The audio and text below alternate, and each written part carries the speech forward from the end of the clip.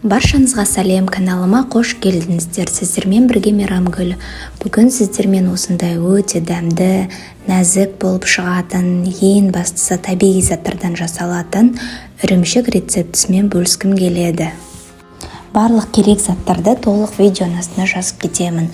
Ең бастысы сіздің творогыңыз бен сүтіңіз жоғары майлылықта болуы қажет. Және де менің кеңесім жақсы асты жабыспайтын табаны алғаныңыз дұрыс болады. Осы табамызға сүтімізді құйып, оның үстіне творогымызды салып, біркелкі масса болғанша баяу отқа қойып, жақсылап араластырып аламыз.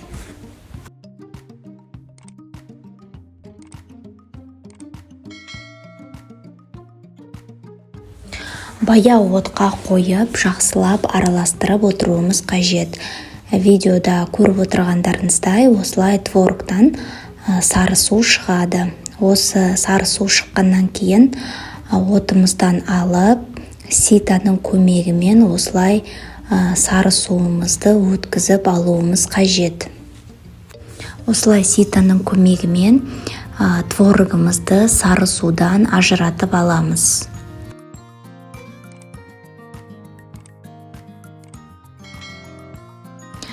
Осылай сары суымызды тоңазытқышқа салып, мұздатып ішсеңіздер де болады. Денсаулыққа өте пайдалы.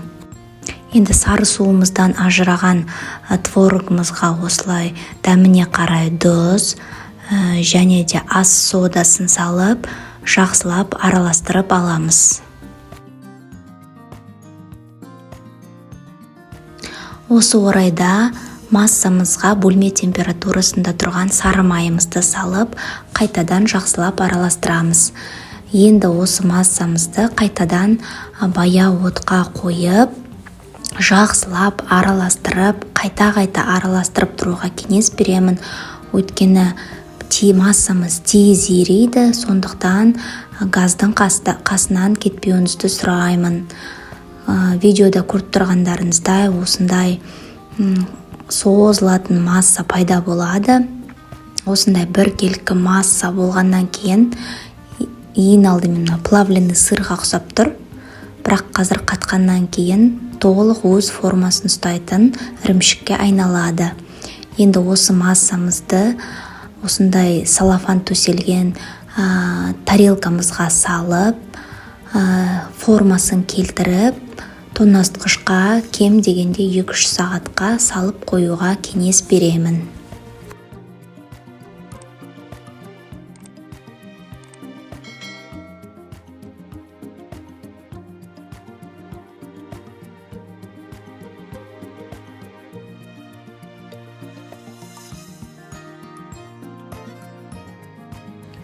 Үй жағдайында 15 минутта жасалатын ірімшігіміз дайын. Қараңыздар, қандай әдемі болып шығады. Ең бастысы табиғи жолмен жасалған. Сондықтан жасап көруге кеңес беремін. Видеоны соңына дейін көргендеріңізге рахмет. Каналыма тіркелуді ұмытпаңыздар. Мен сіздермен осындай оңай, тез әрі дәмді болып шығатын рецепттермен бөлісуге дайынмын. Сіздермен бірге болған Мейрамгүл. Ас болсын.